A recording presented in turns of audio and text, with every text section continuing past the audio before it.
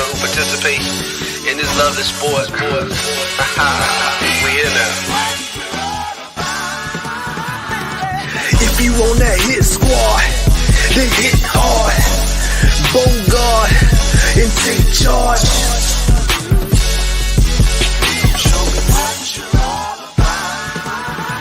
If you got accuracy to beat the QB, then let me see you throw it deep.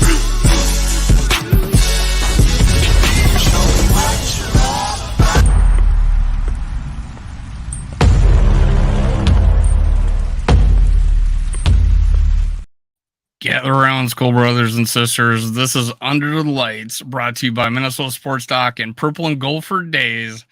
Let's go, let's go. Make sure you Hulk smash the YouTube algorithms by Hulk smashing the like button. And you know what? While you're at it, ring the bell.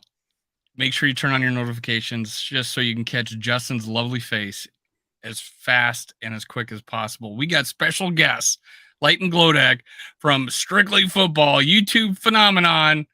Let's go. What's up, Leighton? What's up, man? Not much. Excited to be on. Thank you guys for having me. Really appreciate it. We're excited. I know this was your dream, and it's a make or break moment for you. Yeah, it is, man. Under the Lights. Yeah. But hey, it's glad to have you. Hey, tell us where we can find you, and I'll bring it up later in the show too.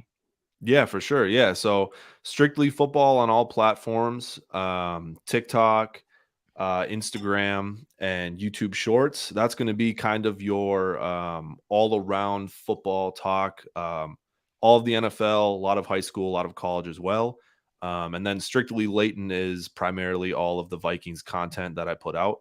And that's also on YouTube, Instagram, and TikTok. So for right now, I got him YouTube and his Twitter in the description below. I'll go find the others and add those two. Justin, you want to give some shout outs to these lovely Let's get some shout outs in the chat. T-Bass for the second night in a row gets the first. He says, Indomitian Sue, Linville, Joseph, or Hicks, what do you guys want? Wouldn't mind Sue's nasty streak equal out the I love you culture. We'll get back to that. We'll get back to the idea of signing some additional players here now that we got the Dalton Reisner bit. But Googs is in the building. What's going on, Googs? Good to see you. Raymond is in the house. What's up, Raymond? Good to see you. Sodak Kid is in the building. What's going on with you, Sodak? T-Bass. Dishes are washed, laundry in the dryer, ready to talk some football. You see, that's why we love you, T-Bass. Kofi's in the building. Y'all are late. Well, I had no control over it this time. Can't blame me. No, I'm just playing. Sarah's in the building as well. What's up, Sarah? Good to see you. You know it's going to be spicy with Sarah in the building. T-Bass takes you a while to put on the makeup. Dang it, T-Bass, you weren't supposed to tell people that. But jokes aside, we got a house call from the doctor. Dr. Proto in the building. What's going on, doctor? The single greatest Twitter, YouTube, Facebook, MySpace handle of all time. My worthless opinion. Why? Because your opinion is rarely, if ever, worthless, especially on our channels. But I digress. I think we got everybody in here. I'll throw this one back to T-Bass. I appreciate you. Love how you always start your show talking about the military, first responders. Everyone have asked you to make sure they know the story of Pat Tillman. Absolutely. You know what? Whether we get to that one tonight or not, if we don't get to it tonight, I'll throw that in at the start of my show next week. But absolutely, shout out to Pat Tillman and shout out to all of the active and veteran members of our military that keep us safe. Police, fire, first responders, EMS, doctors, nurses, surgeons, the whole bit. Shout out to all of you for giving us the freedoms that we so richly enjoy and for taking care of us when at times we cannot take care of ourselves. All righty. I think I got everybody. Anybody else sneak in while I was? Oh, we got one more. Skolden in the building. What's going on, Skolden? Thanks for joining us. See, that's what we do later. We shout out everybody who puts their name in the chat. Let them know we appreciate them there. So that's awesome. That's awesome. If we interrupt while you're giving us a great take and say shout out to XYZ, just keep going. Don't let it stop. That's fine. For Completely example, fine. I want to mock Bob is in the building. What's going on, Bob? Thanks for joining us. See, right on cue. Another one comes on in, and here we go. There'll be this guy named Tweeble the Hope. In the 5 minutes left in the show, he'll pop on. we'll have to shout him out. And But Too hey, Evil to Hope is like one of our. I mean, he's always he's full of sarcasm and satire. Let's just say this it like is that. Johnny NFL, one of my Johnny other NFL in the building. co-hosts, What's my going on? What's going on, part-time yo? co-host that I bring on a lot. We got Grandpa Dave in the building. Hey, shout out Grandpa Dave. Hope you're feeling better. Looking forward to your show tonight over on Vikings First and Skull. If y'all don't subscribe to them on your favorite podcast aggregator, that's on iTunes, Spotify, go give them a listen. My episode for this site, my first of the week, will be dropping tomorrow morning, I believe. So get on over there. Okay. In all seriousness, let's get back to our guest here. So the first question we always ask, or at least the one I do, is how did you become a Vikings fan? What's your story? Were you born and bred, come out the womb bleeding purple, or did you get indoctrinated into this lifestyle we call Purple Gang? What's the story, Leighton? Yeah, for sure. So, yep, basically born and raised in Minneapolis. Dad, grandparents, everyone in my family. Mom is a huge Vikings fan. So, unfortunately, grown into being a Vikings fan for the rest of my life. I think, back in those days when you're just a little kid, you always root for different teams. So I was always rooting for a couple different teams. But, once I hit probably 13 or 14 years old, that's when I realized hometown team is the way to go. So I've been a Vikings fan ever since. But yeah, basically just born into it. So if you don't mind me asking, I wouldn't ask this of a female guest, but we all guys around here, how old are you? How far back do you go? Yep. How far back does the torture go for you, Leighton? It doesn't go back too far. I'm only 22. Oh, so, you a youngin'. Yes, I am. I am a youngin'. I think the first season I can really remember in my head is 09 when Favre got here. So, right. I got that taste of this is awesome. And then I remember crying myself to sleep that night because we lost to the Saints. And, that was the start of it all. And, it's been a roller coaster ride ever since. So you weren't alive for the rookie Randy Moss season of 1998 or the 2000 Dante Culpepper, Randy Moss, Chris Carter group. You okay. So if you're 22, so yeah, you were barely alive when Moss was still with us there. So you were pretty much indoctrinated with the Adrian Peterson era. All right. Yep. What you got, Davey? Hey, Dustin, can you read that? I got to step off.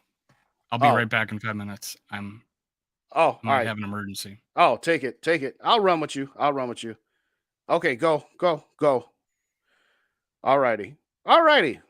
So, sorry. No worries. A little bit of a family thing there. Sorry about that, y'all. But Yeah, anyway, well, I guess I was going to save this for a little bit later because I figured he had some questions. But let's get back to T-Bass. Do you think the Vikings would be interested in any one of these three defensive tackles? We just shored up our offensive line by getting Dalton Reisner in the building. Finally, I'm going to say my piece on that about how I wish they would have done it in August to get him in for training camp. But for right now, anyway, what are your thoughts on getting one of these veteran defensive tackles for, say, a 1-year veterans minimum or thereabouts? What do you think, Leighton? Right. Yeah, I mean, I think, man, I don't know if the Vikings would do that just with the Brian Flores scheme. It almost seems like they just love bringing the heat when they want pressure. Right. And then when they're dropping 8, they're dropping 8. So they're just hoping nobody's open, and they're hoping Danielle Hunter can get there within 4 seconds. They're still going to have quarterbacks going to have a long time to pass the ball, but they paid Danielle Hunter probably for that reason to get there. If they did have to sign one, man, I'd probably prefer Hicks just because he dominated the Vikings so much, in past years. Mm-hmm. And I feel like it would be, I don't know, if it wouldn't be very sentimental, but it'd be nice to see him in that purple jersey and, making some plays for the Vikings instead of wrecking our interior O-line like he usually does. Right. In past years. So it'd be good for him to finally do some damage for us for a change. Yeah, exactly. But having said that, everything all right, Davey? Unfortunately, no, not. You got to go? No, it's an aunt. Oh, all right. Well, if something comes up, we can hold it down. It's just to let you know, hey guys, put some prayers out to my family. My aunt has extensive cancer and is home from the hospice to live with her with her family for the last couple of days. So All right. What's your a aunt's tough name? one, What's your aunt's name? Kathy. All right, everybody, shout out, prayers up, and whether you're a person of prayer or not, or if you just want to say, hey, thoughts and prayers, whatever you want to say, shout out to Kathy. I'm sorry, I don't know where to take it after that. We'll just say it like Kathy that. Mudloff, great family, Kansas City Chief fan. But shout out to the Kansas City Chiefs today. My aunt, great person, lost her son earlier this year, but Oh, no. sorry to bring it down, Leighton, but No, all good. that it just got the call. So hey, let's lighten it up. All right, Tell me we'll what you swing guys it. are talking about. Tell me what you're talking. Well, we was just asking about the idea of bringing in a defensive tackle, i.e., the names that out there in Ndamukong Suh, Linval Joseph, or Akeem Hicks. Yeah, I've been looking at Akeem Hicks and still what I said. And I watched him. I watched a lot of highlights. I did a video on him. Thought he still had something to offer, and he's a big fat guy. He can put against the nose tackle, and he's hard to move. Something we don't have at all. Yes. Very for true. me, it's one of those deals where I'm not breaking the bank for any one of those three guys. It would have to be a veterans minimum type deal. Again, to me, bringing in guys after 2 or 3 weeks reeks of desperation. And it's just like, if you want to be part of the team, be here for training camp to get acclimated with your teammates. I'm going to circle back to Dalton Reisner. So I'm going to do 2 for 1 on here. We've been clamoring for Dalton Reisner pretty much. I started in June. I was just like, okay, this guy, I know he might have had some injury history and possibly the locker room festivities because he had the audacity to stand up to Russell Wilson. Apparently that makes you a bad locker room guy if you stand up to Mr. Unlimited. But having said that, it was more about wanting him to get acclimated with his teammates, to be able to understand the checks, the playbook. And it's very important nowadays is to know your quarterback and what he sounds like and his cadence, his rhythm. When's he getting, hey, triple set, or are we going on 2? Or, if you ever, what I'd love to see from this Vikings team and Kirk Cousins in particular, this offense, I'd love to see Kirk Cousins try to draw a guy offside. Do you ever remember, like forever? Have we ever tried that with him? Because, we used to do that with Dante every once in a while. We did. And obviously Favre and Aaron Rodgers were the masters of it. So we only had that for about a year and a half. But the point I'm making here is I would have preferred to have Reisner here. I wouldn't have cared if it would have cost him a few extra million in guaranteed dollars. To me, bringing him into whether he starts in week 3 or is just a backup and rotates in and out because he's not up to playing shape, to me, it was worth the extra money to get him in here sooner. And again, I know we don't have much on our defensive line on the interior, but these guys are out there for a reason. It's because they're old. They're not the Ndamukong Suh that was stepping on Aaron Rodgers' calf. They're not the Akeem Hicks that terrorized the Vikings for years. Linval Joseph, I mean, we love the guy, but let's not get sentimental on this here. So I'm kind of whatever on it. Would they be better than what we got? Probably. But I don't know that it excites me all that much. But if they did it, I'd be all for it because we could use all the help we can get. Can agree with that for sure.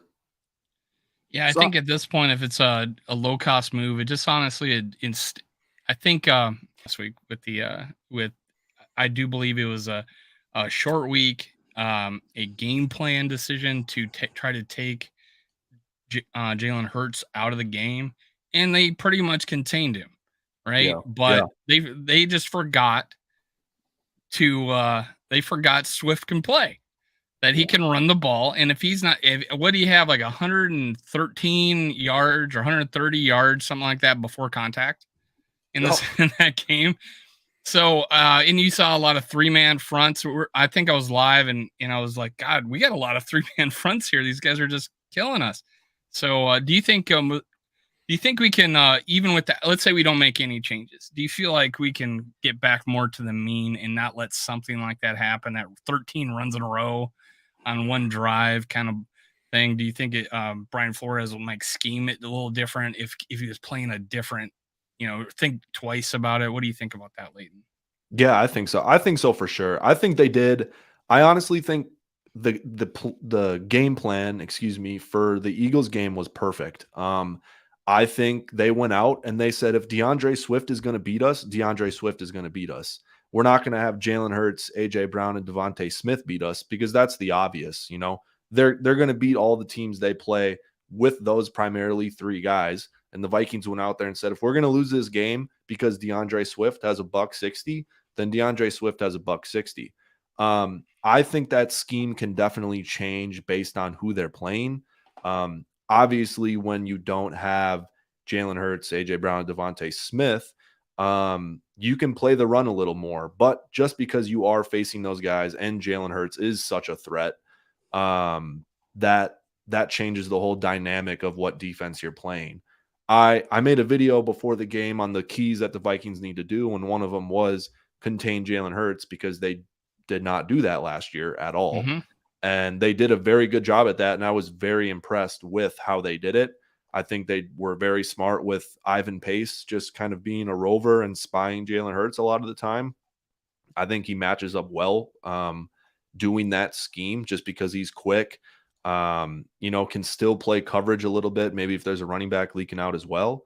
I think they did a good job, and I think it all depends on the team, and I think they'll definitely pack the box more if they don't have to face those extreme weapons on the outside, which you usually don't, because the Eagles have, one of the top skill position groups in the entire league. So, and their number one receiver was yelling at their exactly. Right, we were frustrating them. If we come out of this with like 2 less or 1 less turnover, we might be talking about how Brian Flores was a genius game plan, right? Exactly. And I mean, it's that fine line, I think, in that game. Well, I think 10 points was even given to him, if you think about it. I mean, with a fumble, and then they probably don't have 30 seconds to run the ball 4 times, or they threw it once and get in field goal range. How do they get to run the ball and get 30 seconds to get into field goal range in one 5-yard pass? Yep. But that probably doesn't happen. So that's 10 points. Well, it depends. I mean, if Justin scores on that play, then they have the same amount of time that they ultimately got with the touchback. But if he goes at the 1, if he goes out at the 1 and the Vikings run even 1 or 2 extra plays, then you're right. They probably don't have time for that. But to circle back to all those points you made, I understand the Flores philosophy going into that game, and I agree with it. And it worked for the first half. Yep, it did. Yep. Because outside of that 1 touchdown that they scored, the Vikings defense did enough. I mean, it wasn't as much as the Tampa game. The Vikings defense deserved better in the Tampa game. Yes, they gave up that final, 3rd down conversion and couldn't get off the field, but the Vikings offense should have had more than 10 points up at half.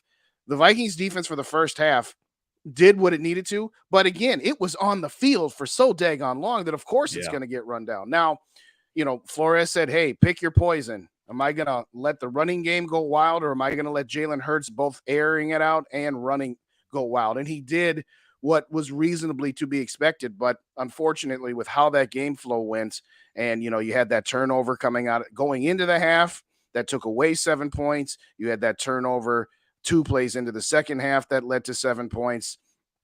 Yeah, he was kind of up a creek. The only thing that I will criticize Flores for is, you've gotten back into this game. You got him at 3rd and 10, and you have DJ Wanham dropping into coverage. Yeah. Like we saw we're having some PTSD from Ed Donashell doing that about 7 times a game last season, and I'm only slightly exaggerating, but I get where he was going with it, but I would have liked to have seen him pivot in the moment of truth, or at the very least, don't have a pass rusher on AJ Brown. But I digress. Let me get some shouts. I'm way behind on shouts here. Shout out to nephew JJ Vikes in the building. What's going on? That's what I was talking about. JJ, 13-year-old. Yeah, 13-year-old kid with his own YouTube channel. Skull for Life Barber 175. Good to see you here as well. Frozen North, what's up? Frozen North in the building. What's going on, my brother? In the Zone podcast. You better check out Yogi's channel with all the Vikings history that they threw down, since you're such a Vikings history buff. That's an inside joke. He doesn't know anything before 98, but I digress. Speaking of which, Yogi fans don't know anything before speaking of which, Yogi's in the building. What's going on, Yogi? Good to see you. Scope for Life is in the house. What is going on, Scope for Life? Thank you so kindly for joining us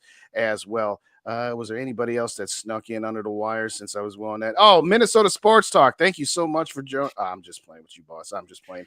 My guy, Ricky, what is going on, man? Good to see you, Ricky, as always. Smash that like button, and if you haven't already done so, hit those subscribe buttons to all 3 channels if you don't already subscribe to them as well. Ricky's like, sad state of affairs. Well, there is that. There is that. Skull TYA is in the building as well. Great show. The initial Vikings vintage history show that you guys, you and Tony Bell just did over on Yogi's channel. Absolutely outstanding show. Look forward to seeing more of that. My guy Mateo is in the building. What's going on? Vikings offense has no excuses outside of Hunter have all the talent. Sorry, Hitman is washed. We'll talk about Harry a little bit later, absolutely. But last one for now. Joker Nation in the building. What's going on, Joker? Good to see you guys. Like I said, smash them like buttons, hit those subscribe buttons, and we'll get the our guests, all of his channels up there in the comments and in the descriptions as well. With all that being said, I'm going to say that the defense has done enough. I do agree with what T-Bass has said in previous shows of mine.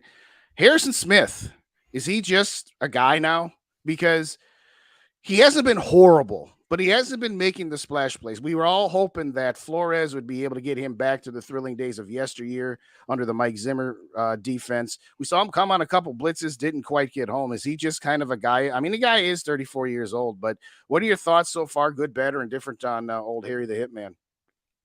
I don't, kind of like you said, he's just been there. He hasn't been hurting us. He hasn't been making some of those crazy plays like he used to. He's just kind of been on the defense. And I don't think that's necessarily a bad thing.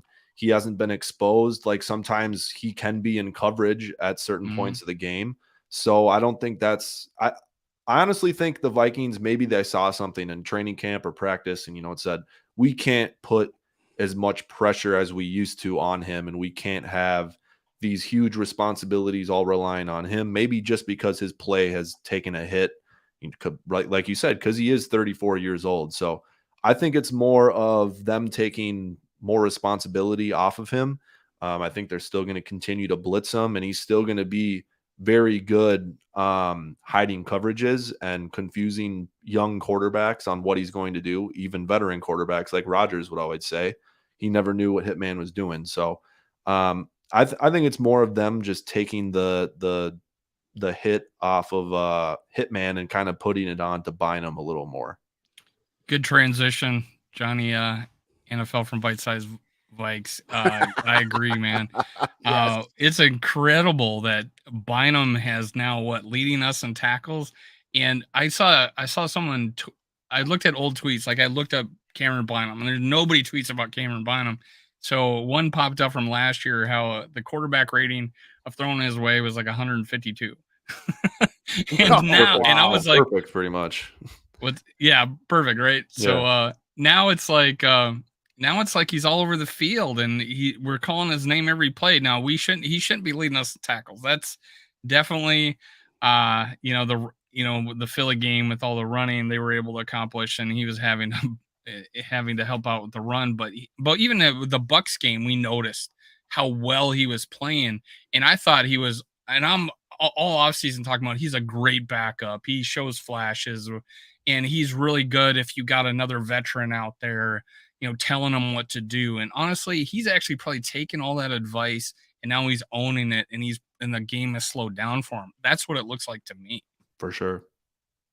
Agreed. And I think, honestly, if the Lewis Cine draft pick turns out to be nothing else, the one thing it maybe did was give Cam Bynum a little kick in the butt and be like, hey, dude, you're gonna lose your job. And Metellus, yeah. So Metellus too. So it's like, you gotta compete if you want to play in the NFL. So maybe it did that for him. That being said, that's a heck of a price to pay, being a first-round draft pick that you traded down 20 spots for. But that's not Lewis Cine's fault. That's on the GM. The bright side of that is, like, even with Boot Jr., we're finding third and fourth round cornerbacks or fifth or sixth round safeties that are stepping up and being really good starting players. And we blew it on who knows, it turns out we blow it on the first round pick, but thank God we hit some picks later to make up for it. And honestly, this year's draft class is actually looking pretty nifty, with the amount of playing time these guys are getting. And last year's draft class, not so much, but there's, you need backups. So hey, why not? Right. For sure. Shout out to Turbo Duran in the building. Looks like we got a Saints fan in the building. But hey, you know what? Beat the Packers this weekend, and you can come back in our chat and talk your talk all you want. Now that Sean Payton's at Denver, Now that my Sean hate went Payton's totally gone. with them. Yeah. I now hate Denver and Sean Payton. Yes. And I want, whatever happens to Denver, I don't care. Just lose every game. I no longer hate the Saints. My hate went with Sean Payton. And honestly, I didn't. This is sacrilege. And Leighton, being that this is your first go round, you can give me your opinion on this. I never hated the Saints as much as a lot of Vikings fans, and I'll tell you why. Were they playing dirty? Yes. But let's save some nails for Childress and Bevel for not adjusting to the fact that they were playing dirty and constantly leaving Brett Favre in protection schemes that left him vulnerable. At some point after Brett takes about his fifth hit, you say, you know what? Maybe we should leave a tight end and block one of these blitzing guys who's coming at Favre late. I always put a little bit more on us. Maybe that was my disdain for Childress. I don't know. All I'm going to say is, you know what? The refs called the first couple of penalties on them and then stopped calling penalties. Now that's on that guy. It's like, oh, I didn't want to influence the game by constantly calling penalties. You're influencing it by not calling penalties if a team continues to make violations of the rules. But having said all that, my disdain was never my disdain. We brought you on to talk about 15 years ago. Yes, exactly. We just can't get away from it. We just can't get away. We just can't get out of our heads. No, can't get out of it. They're still living rent free. But I always blame Childress and Bevel a little bit more than most people did. But that's just me. What do you? There you have it, guys. Justin is a Saints fan, and if you didn't know, that's what I said. Clip it, put in a short later. Adjust the audio a little more. Leighton, you'll notice there's a lot of satire on Leighton will probably give me some advice on how to do that because he's so good at it. So yeah, we're gonna have to talk after the show, and you're gonna have to show us. Now, did you say you have one channel or two channels on YouTube? Because I got the first one in the comments there. Was there a second one? One's under his name. Yeah, it's just my name. I think just Leighton Glodek. If you can't find it, it's no worries. It pops up right away with just your name. So okay, cool. I'll get it in there. But yeah, back to the Saints. I think they've honestly, the hatred for them was obviously top tier when it was 2009. But I feel like ever since then, we've kind of had their number to where it's like they've taken a back seat to where we've gotten them back plenty of times. It's like the Minneapolis Miracle, that was bad. I honestly think worse for them was 2019 when we beat them as 14-point underdogs in New Orleans. Was it 14 points? Yeah, it was 14-point underdogs. Like 8 or 9. Wow. Okay. Yeah. So I mean, I think that one was worse just because I could be wrong, but I believe they were Super Bowl favorites, if not they were second to odds to win on the Super Bowl. Yeah, they were their year, The Niners, Packers, and Saints were all 13-3 that year, and because of tiebreakers, they didn't get the first round bye back when there was still two of them. But yes, even though they were the 3 seed, I believe they were one of the odds-on favorites. You are right there, and that effectively ended the Drew Brees run. I mean, I think he had one more season after that, but you could see that Brees was declining. That was their real last shot. Yeah, it was even that game. I remember watching that game, and I was happier when Drew Brees was in the game rather than when Taysom Hill was in the game. Taysom Hill was tearing us apart. He was kicking our ass. Yes, and then Drew Brees came back in, and I was like, "Oh my God, thank God Drew Brees is back in." Right. But I had some fun with Cam Jordan, right? That's yeah. I had some fun in the soft season when he says like slow right decisions. We call them Kirk Cousins, and then I clipped that and put it in with the play of him throwing it down. I think was it to Adam Thielen at the goal line. Yep. And I'm like, and he didn't even get close to the quarterback. Yeah. Yep. Nobody was close to him. That was fun. That was a fun one. Shout out to Mick in the building. What's going on? Please bring back the Williams wall. It reminds me of the old Rick Pitino rant when he was the coach of the Celtics and they weren't doing so good. And he's just like, listen here, Larry Bird's not walking through that door. Kevin McHale is not walking through that door. And if they do, they're going to be old and gray. The Williams wall's not walking back through that door, unfortunately. It would be great to have even just one of them. It would be great to have even just one of them. MG says sell the team. Shout out to MG. First one we ever got from him. He says sell the team. I don't know about all that. But having said all of that, okay, no more talking about the 09 time. You want to talk about 98? You want to well, talk about 75? I wasn't going to go there You want to talk about 75? I wasn't around for 75, and our guest wasn't around for 98. So Nope. we'll leave that to the vintage show. We'll leave that to the newly acquired vintage show there. But in all seriousness, Leighton, what can we reasonably expect with the signing of Dalton Reisner? Again, I would have I like the signing now because you're at least doing something, whether that is he's going to just be a depth piece for now, or whether they're going to play musical chairs. They're at least addressing it. Better late than never, but might be a day later, dollar short. Do you think? I don't think he starts, but I think he definitely dresses this week, and I think he starts next week in Carolina. But what's a reasonable expectation for a guy who sat out the first 2 games and hasn't been in training camp and all that good stuff? Yeah, for sure. Definitely agree with you there to where he is not going to start this week, probably start next week. Whether he plays left guard or right guard, not sure. I honestly think people are going to be a little disappointed just because of how high their expectations are. I'm not saying he's going to play bad, but people are acting like we're bringing in an all-pro left guard, right guard to be honest, there is a reason this dude wasn't signed by anyone. You know, if someone really needed an all-pro caliber guard, or they needed this guard to really elevate their offense, they weren't signing Dalton Reisner. So I think people might be a little disappointed just because he's not going to live up to the hype and the expectations these Vikings fans have. I think he's definitely going to be an upgrade for what we have now. And I honestly think, I hope it's just a quiet, I hope his name never gets mentioned in the call, because that's probably meaning he's getting beat by D tackles. I hope he just subs in, he plays, he does his thing, and he's better than Ed Ingram. That's pretty much all we can hope for. So there was one report I had, and that was discussion like, well, you didn't get signed for a reason. Well, there's tons of reasons why people don't get signed, but one of the things that I heard is that there was a time in the off season that there was a non-football injury reported on him. Like he was recovering from a non-football injury, that something happened in the off season. So I kind of think if that is a fact, and apparently it's some tweet out there too. But apparently there was a non-football injury. So we take a little solace in that, hey, that might have added to it. And the Vikings talked to him in August, right? And it took them this long to sign him. That could have been part of the reason, is to, hey, we're not going to guarantee a guy that was injured in the offseason doing,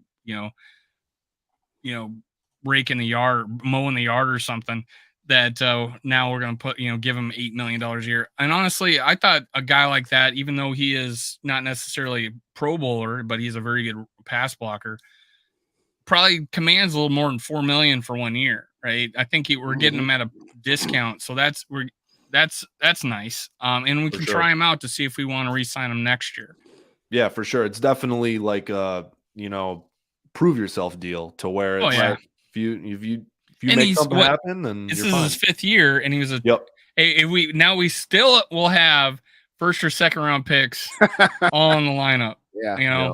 And people talk about this like, and I know it brought up, and me and Justin talk about it, about, hey, quarterback salaries are so high, it's tough to sign. It's tough to put a good line around a guy that's getting paid so much, and it goes true for a lot of players, as we see Mahomes get $52 million. That these are all first or second round picks. You have to go with some of the things is we did put, we should have built a team around them, and then we got kind of almost bust at first and second round picks in the interior line. So those are swings and misses that could have been hits that we wouldn't even have, that we wouldn't even be talking about it. We would be talking about this great line that we have. Instead, we're not. Right. Because they're unfortunate miss. They were, Cleveland's a decent player, our center's all right sometimes, but now he's got a back injury from a car accident, and now he can't play. Which brings me to this. Do we bring in I forget his first name, but Jones, 34-year-old center, to come in and play 1 year for us?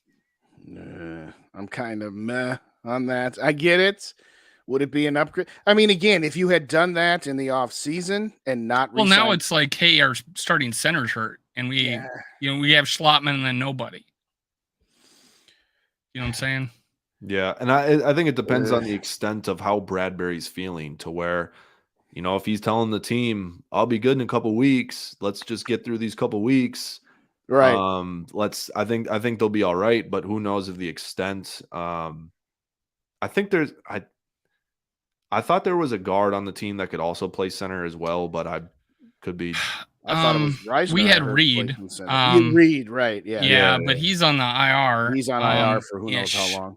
And I think Quisenberry had played center at some point in his career as a football player. But honestly, we might need him. And honestly, I love that pickup of Quisenberry because I think he's a legitimate starter in this league. He's got a lot of experience, and I think he's better than Oliudo. Unfortunate injury to Oliudo, but thank goodness we signed Quisenberry. And then we got Brandel, and we got Cleveland that all have left tackle experience at some point in their career. This was an interesting thing of people trying to mix and match lines. Well, Cleveland's played right guard before, so Reisner could play left guard still because it's the only position he's played in the NFL. And then Cleveland, and then there's or Cleveland could play left tackle, which he was drafted as. We almost didn't draft Darisaw and weren't too worried about it because we had Cleveland. Right. Yeah, so we have like the most mix and match line out there, and that's almost a detriment, it seems. Yeah. We've played musical chairs with our offensive line for the last half decade. It's almost ridiculous. No, it's not almost ridiculous. It is ridiculous. For me, it's one of those deals where that you look at the conversation we're having about bringing in these kind of guys that are sitting out there on the scrap heap. And a couple of commenters have said the same thing. We just need average. It only will take somebody who's average to be better than Ed Ingram. I think the one thing that Dave from First and Skull has pointed out to me, and again, it doesn't solve the problem, but unless you are a tackle or a guard that is on the fast track to the Hall of Fame, when you get drafted, regardless of what round it is, you need time to sit and develop. Okay. I think that had Ed Ingram been drafted last year to be a depth player, to be a guy that, all right, he's not going to start for us for a couple of years. We're going to let him marinate. We're going to let him get coached up. I think Ed Ingram could have been. Now, some of it is just he's got a lot of clumsy to him, stepping on Kirk Cousins' feet, knocking the only offensive lineman in NFL history, I think, to strip sack his own quarterback. I mean, it's like, dude, if you want to play defense to strip sack the quarterback, we could use help on the defensive line. Just let the coaches know. But jokes aside, I actually think that Ed Ingram might have been a decent pick if he was not forced into action right away. But what did we have at that time? Dakota Dozier, Drew Samia, Oli Udo miscast as a guard. And what did we say? I thought he was going to start. So I was like, I was optimistic that our rookie won the starting job. I think we're all pretty happy about that. And then I saw some growth in him, but this year was regression. This was severe regression. It looks like. Now, do I still see fantastic blocking, like he held off their number one pick, and as we threw it down the field for a touchdown to Addison? Yeah, I see those flashes, but oh my god, it's the consistency. Yeah, it's far too inconsistent. Yeah, it's the consistency. And just a little thing on Jones. I mean, last year overall grade 71.9, 68.4 blocking, 73.7 run blocking on, which would probably be number one on our team right now. If he was to be our run blocking on this team. But I mean, he's 34, but I wouldn't call him a scrap heap player. Well, I was saying it in general, but speaking of that, it's a good question for Raymond. Do we have any updates on if Darisaw is going to be Darishaw, as he was called a few thousand times on Thursday? Is Cristiano? I didn't hear that. No, yeah. What's the guy? Who does I was college? too busy. Yeah, was it Kirk Herbstreit? Kirk Herbstreit. Yeah, he called him Darishaw. Every time he's not even in the game. It was funny. The play that Oli Udo got beat for the strip shack, he goes, Christian Darishaw's had a rough time. He's working through it. Dude hadn't even played a snap. Like, way to show how prepared you were. But jokes aside, have we heard any Have you guys? I haven't had any time to be checking out Twitter. Do we have any updates on Christian Darrisaw, whether he's going to play or not this week? When is that necessary? Is it Wednesday? Wednesday they have to put out some sort of report. Yeah, you're right. So that's right. It is only. I've lost track of. I know there's a specific day, and I think it's Wednesday when they finally put out the initial injury report. Because shout out D Will in the building. What's up, D Will? Good to see you, my brother. Good to see you. Yeah, I haven't heard anything. I thought we were going to hear more after practice today, but I don't think anything was really said. So yeah, they're in mid-season form. They don't report until they absolutely have to. But yeah, now, we're all tired of them. Zone. What do you think of? We have a history of holding back receivers. Like, let's hold back. Number 19, Adam Thielen, for 4 years. Let's don't play him for 4 years. Let's don't dress Stephon Diggs. Let's don't start Justin Jefferson. And then let's not start Jordan Addison when he's clearly, in my opinion, a 1. To me, he's a 1B. He looks that special to me, and I'm coming from a place where, he looks pretty good. He's undersized, blah, blah, blah. No, man, he's looking special out there. Do you think we just got to, and then, KJ Osborne drops 2 balls, and, I know people are giving 50% to Kirk on that one-handed strip at the goal line against the Bucks. But yeah, when you see something, you got to do something, and Jordan Addison is doing it, man. We just need to make the move now, in my opinion, to just put him out there more, on the 2 receiver sets. What do you think about that, Leighton?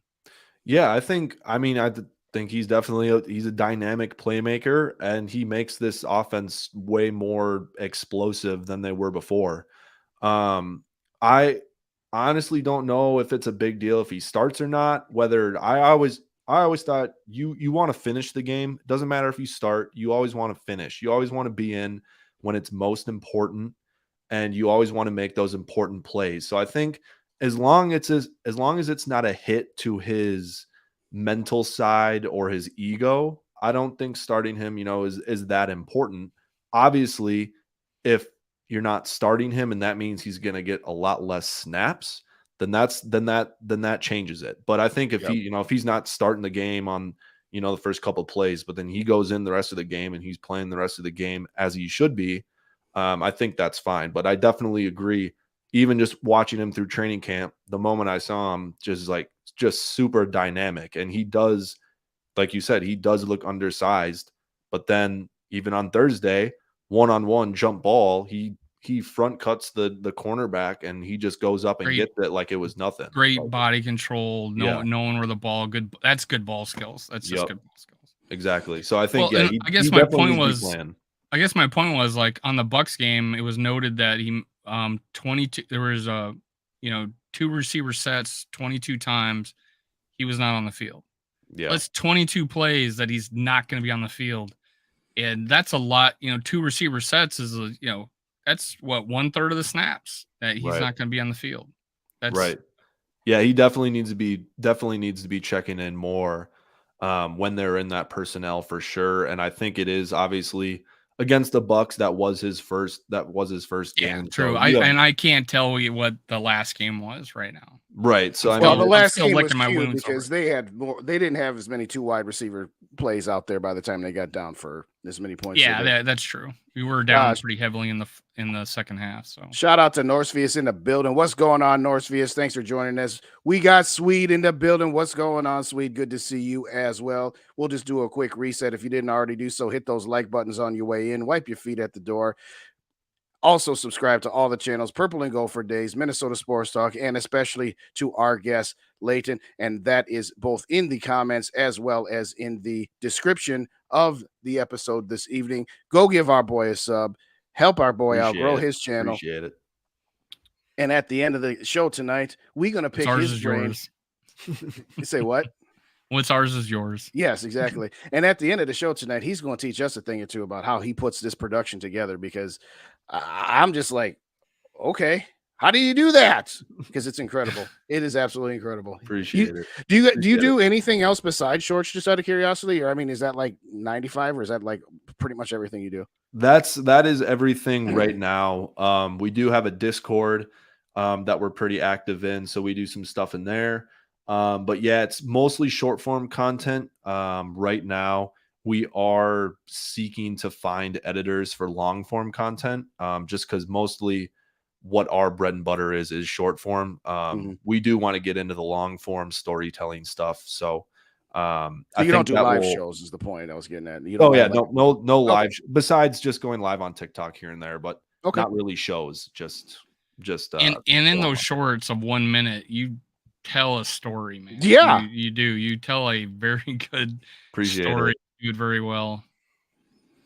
With all that said, is this game against the Los Angeles Chargers of San Diego a must-win game in your mind? I know the strictest definition of the word must-win is it an elimination game? And obviously there's no elimination games in week 3, but for all intents and it's coming down from the standard we set last year, being a 9-2 and being second, being the the 2 seed. That was our must-win games last year, apparently sometimes. But now going 0-3 is not historically a good place to be to make the playoffs. What do you think about must-win games, man? Yeah, I think it's a loser goes home type game for both the Vikings and the Chargers. I think I think especially the Chargers, if they go 0-3 in that division, man, I don't know, they might be toast. Yeah. Vikings, it might, obviously going to be a huge deal if they fall to 0-3, but in their division, it seems like it's a lot more wide open than the AFC West is. So I definitely think it is a must-win game for the Vikings at home.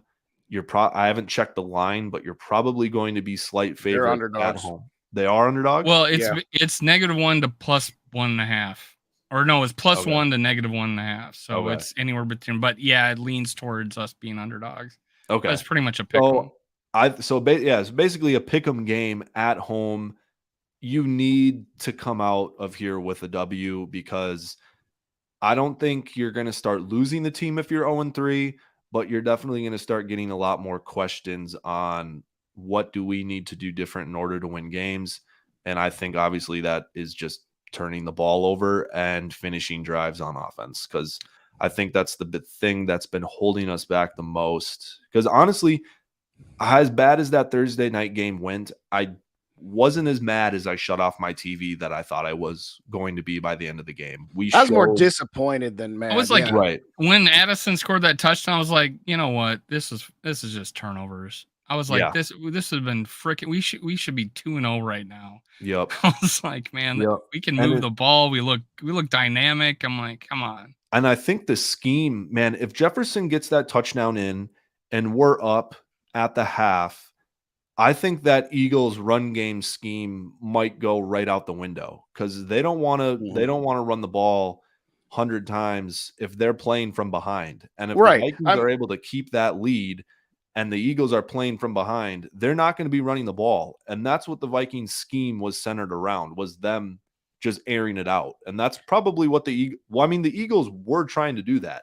It took them, 2.5 quarters to realize they can get 6-7 yards a pop when they just run it with DeAndre Swift. So they want to air out the ball. AJ Brown wants the ball, as you can see on the sideline. So I think we had a good scheme. It was just a couple bad breaks that really didn't go our way. Well, again, I had just joined Dave's live stream, and it was just like, okay, you're down 10-7. Your defense is doing a decent job. You've turned the ball over at least at that point 2 times.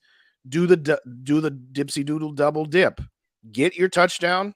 Yep. With less than 2 minutes, you get the ball first, you get another touchdown, and you then have 21 points on the board. So it would have been 21-10, maybe 21-13, who the heck knows. But at that point, you now force the Eagles into saying, okay, we're down in this game by more than just 4 points for the first time. We're down 2 possessions, and that changes everything. Now, it just kind of is what it is. It's snowballed. But to Dave's point, the only disappointment in the offense that I had in this game, and I say offense, is You got the Jordan Addison touchdown, and it was a great play all the way around. It was a great play design, faking the tunnel screen to Jefferson with Hawkinson and KJ on one side, leaving Addison one-on-one on the other. And it was and blocked he up. looked the safety to TJ. That was awesome. Yeah, I might have said that, Yep. but I digress. You blocked it up really well, and then Kirk Cousins stepped up and threw a bomb down the field. Now, the problem I have is that the ensuing possession for the Eagles, the Vikings defense got them a 3-and-out. Yep. And you're like, okay, we have an opportunity. And then the Vikings offense, unfortunately, goes 3-and-out. Philadelphia scores, and now they just have to hold serve, and the Vikings are completely behind the 8-ball. So with all that being said, to me, yes, you are right that this game is more important to the Chargers because they don't play in a garbage division the way we do. I had originally said that the NFC South might be the worst division in football. And I think the North so far has shown that. I had that ain't same the thought case. today. Yep. Yeah, it's looking that way. Same thought. Well, if you Lions are up to, and you look at it, there might be a situation where the Lions, Packers, and Vikings are all sitting here, fighting it out for that first, more so the Lions than us, I think. But, Jordan Love is, he's got 6 touchdowns, but how many yards? Like, what is he the offense, or I don't know. I haven't looked at the games yet. So what do you feel about the rest of this division? How dangerous are the Packers? Are the Lions the real deal? That kind of thing. Yeah, I think the Lions are the real deal when they want to be. I think they were a little in over their heads going into the Seahawks game. I really think they were on top of the world. They had a long week to really digest that win and think they're that. Right. And pulling out winning one game doesn't make you good in the NFL. You gotta string it together. I do think the Lions have the talent to do so. But I think it all comes down to, those Jared Goff and Jordan Love are just their system quarterbacks, game manager quarterbacks that they won't lose you a game, but if they do need to make some plays in the clutch, can they do that? And, Jared Goff has been to the Super Bowl, but they put up 3 points in the Super Bowl to where, you can scheme it up against Jared Goff to where he's going to struggle. And Jordan Love, he's played 3 games. Mm-hmm. I'm not sure if he can make those clutch plays, like certain quarterbacks can. Obviously we've seen it from Kirk Cousins to where he's been able to lead teams back and make those clutch plays, even though people don't want to admit it. But I'm interested to see if Jordan Love and Jared Goff can do that. But yeah, the Vikings still have a chance in this division easily. It's whether the roster is there or not. I think they're well coached, and I think they have the playmakers obviously to make a run. Now we don't got I was going to say we don't have a whole lot of time left with you, and you actually attended the Chargers Titans game. Yep. And we're about to play the Chargers. Yes. So, Justin, you got any questions about, what he saw at the Chargers game? Hey, Leighton, what can the Vikings take away? What advice would you give them, being that you've seen their opponent as recently as you have? What do you got? What can you scout for us there? Yeah, I think definitely keying in on the passing game more than the run game. I thought Josh Kelly was going to get a load of work and really be a workhorse back. He wasn't at all. He was really just disappointing in that aspect to where when they got him the ball, it was 2 to 3 yards here, 2 to 3 yards there. And, he basically turned into a non-factor really quick. So Mike Williams and Keenan Allen are obviously going to be the points. I wouldn't be surprised if they have a similar game plan to the Eagles. Mm-hmm.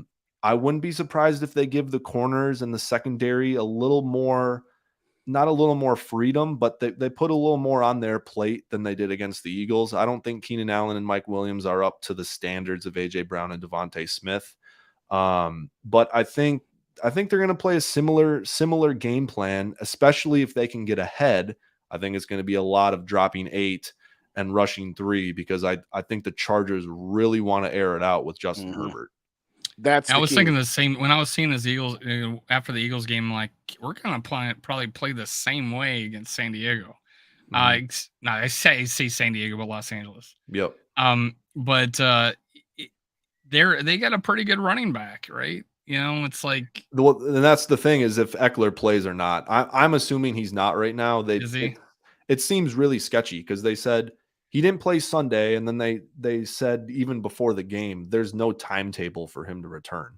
So I have no idea. I think that means if we start winning some games, he's going to play. But if we start losing, then he's not going to play. It's, you don't want to rush a guy back, right? Right, But if we win, then that's something we can talk about. So that might be a good bonus for us. Shout out Dave L in the building, who just, as a matter of fact, brought up the Austin Eckler question. Here's what I'm going to say.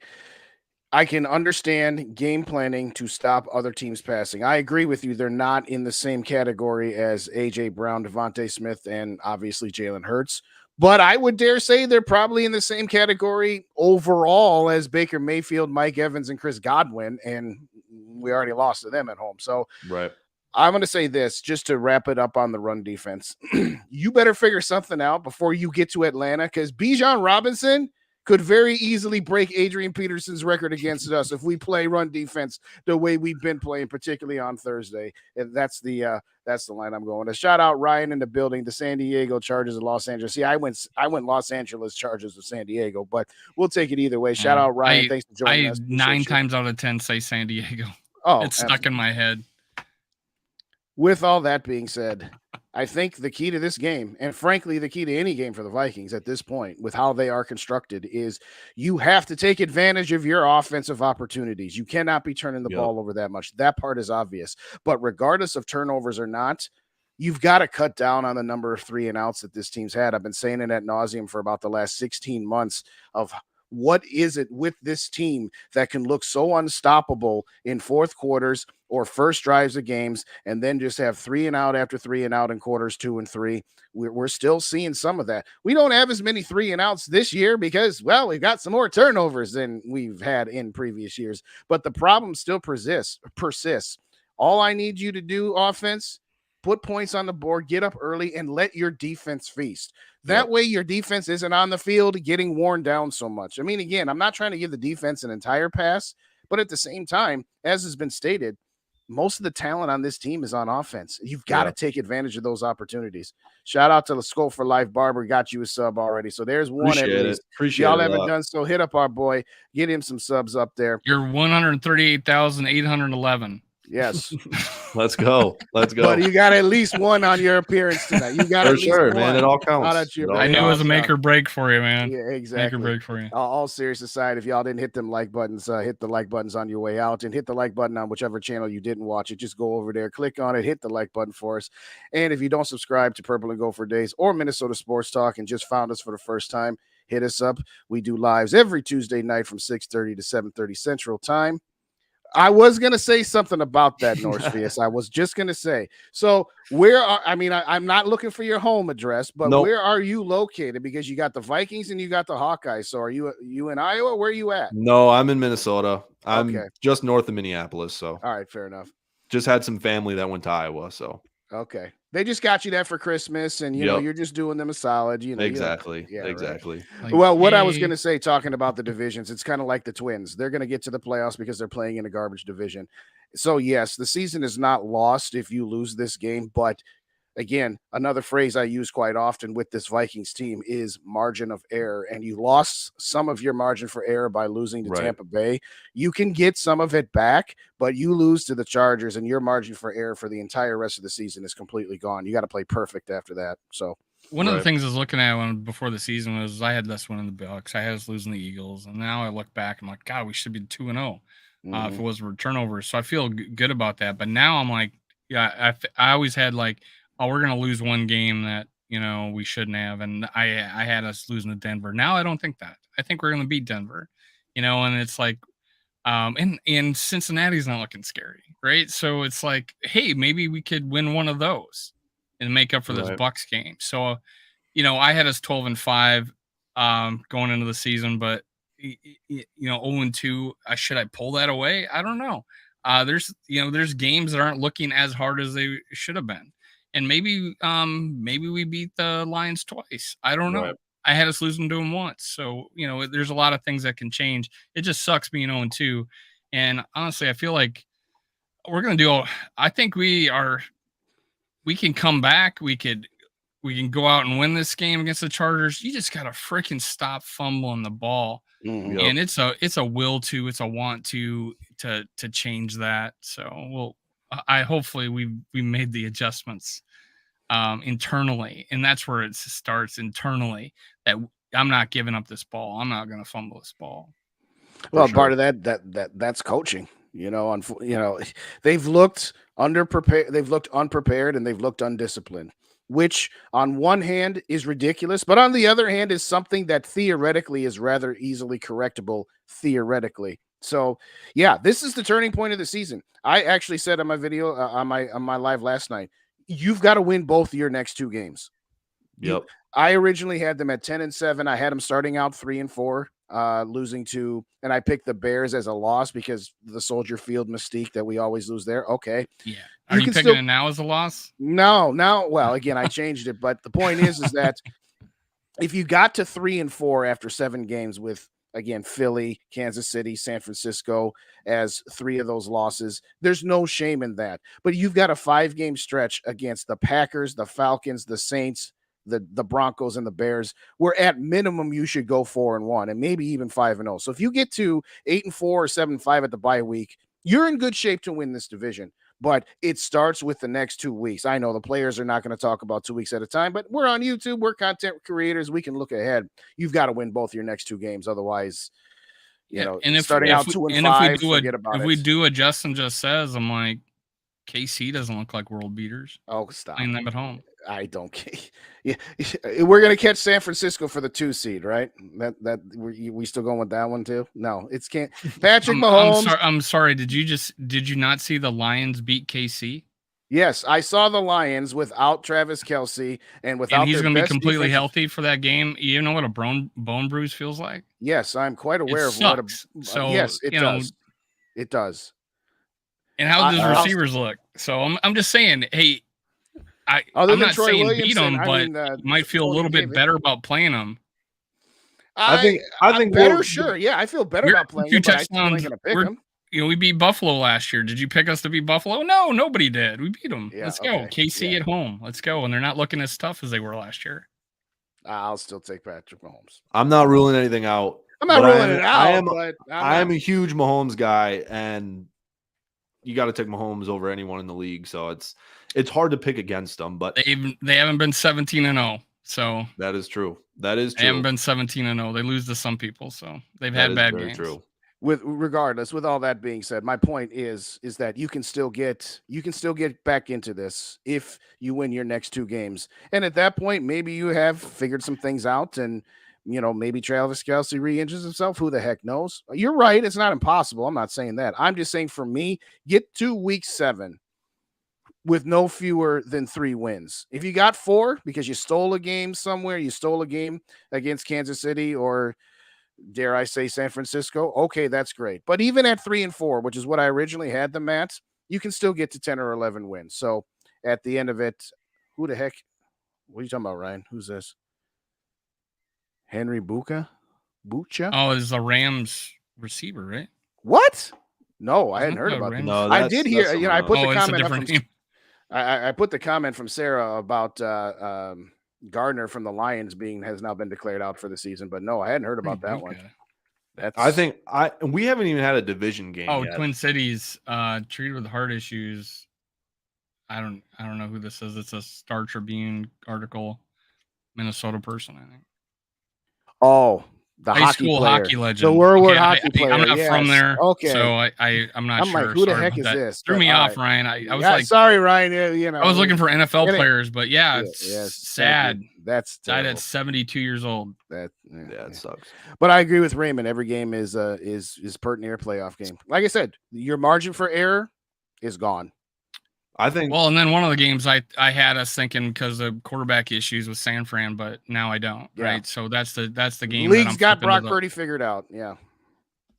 I'd be pretty. We haven't even had a division game yet, and I mean, This is true. if we can win those, that's what's going to be most important. Because I think the rest of the NFC North is going to have tough matchups. Obviously, the Lions beating the Chiefs isn't ideal because we'd probably chalk that up as a loss before the season started. But we probably would chalk up them beating Seattle at home, so it might have evened out. But I think the Vikings at least 4-2, if not 5-1 in the division, would be very, very ideal for winning this division. Oh, absolutely. I mean, we started talking about it, then we got into other subjects. But Jordan Love had 3 drives at the end of that game. He went 3 and out, and then 4 and out turnover on down. So he had an Yep. opportunity, just needing to get into field goal range, or just needing to get a couple of first downs on the previous drives to not allow Yeah. Atlanta to score in the first Up place. 12, yeah. Yeah, up 12. But it's one game, and he didn't have Aaron Jones, he didn't have Christian Watson, so we gotta throw that into the mix as well. But for right now, like you said, we don't have any division games until Chicago and then Halloween against Green Bay on the road. We got to take care of our own business, and taking care of our own business is cutting down on the turnovers, cutting down on the 3 and outs, and allowing the defense to, not be on the field for 66% or more of the time of possession there. But yeah, I did see that. Skull TYA had his vintage Spin Doctor jersey on tonight. If y'all didn't check out their show over on Yogi's channel, Purple and Rain 247, and you want a little Vikings history all the way back to the inception of the franchise, it was a great show there. Also, check out on Purple and Skull Media at the top of the hour. We got Dave and Rap with Skull Live. And also check out later on, or flip back and forth, whichever way you want to do it. Go check out the Real Forno show on Vikings First and Skull. That is at 8 o'clock due to the fact that due to some issues, they were not able to do their show last night as well. Final thoughts here. Now that you have this life-changing platform, Leighton, anything else you want to lay out there for the audience here before we get up out of here, since we're already 8 minutes over? Yeah, no, just appreciate you guys for having me on. It's, Vikings have been my biggest fandom for my entire life. So I'm super excited that I'm in this kind of community that that the Vikings Twitter, Vikings live shows that it is. It's a pretty tight-knit community, and I'm super pumped to be inside of it finally and have a voice in it. So it feels awesome to do these shows with you guys and with other people. So I just super blessed for the opportunity, and I appreciate you guys for having me on again. No, absolutely. We'll definitely have you on again. Dave, do we know yet who we have next week on Under the Lights, or are we still in progress on that? I don't know. We call that I a don't have tease anybody, I in the don't think. business, ladies and gentlemen. don't- You'll just have to come back next week I to don't know. find I out don't have anybody. who our special But guest you're more than is. welcome to ask somebody to come on. Maybe All right. bring Dave back. We'll work on that. We'll see how Dave is feeling. And you know what? It kind of will all depend on how the game goes. If the Vikings get a victory, hey, we're back, baby. We're back. See, it was just a couple of bad games. If they lose, it's Katie Bardador batting down the hatchets. Everybody sucks. Trade everybody. We're 0-3. So who? Yeah, But- Sarah says she'll come on. We'll get Sarah But on. There you go. yeah, let's do it. Oh, but tomorrow, the Skull Experience, we got Rhino yes. coming on. You got Rhino coming on tomorrow on the Skull Yeah. Experience. Now, what time are you guys going? Because I know that the schedule's moved around Same a as little bit. this one. 6:30 6:30 Central Central, Time. 7:30 Alrighty. Eastern. Well, one And last. tonight, Skull Live is actually going this time. So on Purple and Skull Media. So go over there and check that out. 9 o'clock Eastern, 8 o'clock Central, in 20 minutes. So with that, one last time, hit those like buttons on your way out if you didn't hit them on the way in. Subscribe to our guy Leighton. Subscribe to Minnesota Sports Talk. Subscribe to Purple and Gold for days. We got to get this victory on Sunday. There's Let's no get it. two ways around it. Let's get it. Thank you kindly, everybody, for joining us. As always, Skull to the next episode. Skull Vikes.